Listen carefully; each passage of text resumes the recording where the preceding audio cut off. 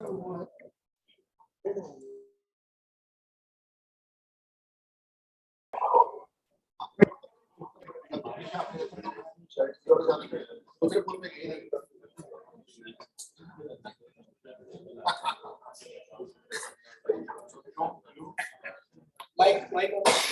sir, Mike. Hello. I'm sure everybody is hearing me. Good. So I'm here. Welcome to all over here. This is the institution of Engineers Pakistan. Mostly we are celebrating such type events, routine as a routine matter. So today is the World Environment Day we are celebrating, and we are over here having eminent speakers. They will speak over here and we will give you the insight of what our World Environment Day is.